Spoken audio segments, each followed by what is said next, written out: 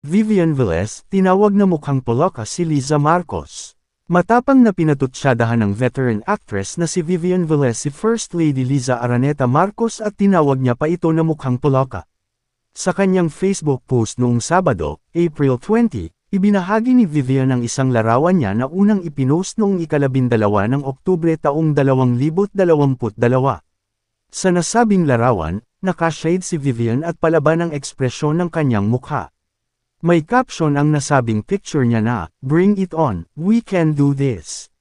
Kasunod nito, tila pinatutsyadahan ni Vivian Velez ang First Lady na si Liza Marcos nang sabihin niyang dapat ganoon umano ang itsura nito kapag maghahamon ng "Bring it on" at hindi parang mukhang poloka. Aniya, dapat ganyan ang itsura mo pag sinasabi mo ang "Bring it on." Hindi yung mukha kang poloka. Sa comment section, ibinahagi rin ni Vivian ang isang quote card na naglalaman ng patutsyada ng First Lady sa mga bumabatikos kay Pangulong Bongbong Marcos at sa kanilang pamilya.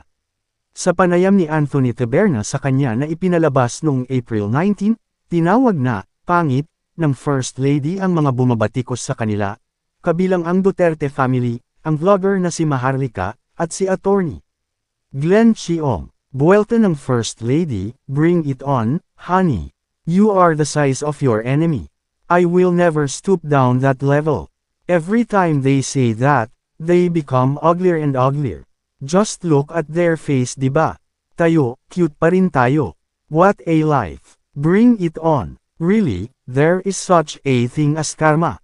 Samantala, sa kanyang follow-up post, inamin ni Vivian na harsh nga ang kanyang pahayag laban sa First Lady.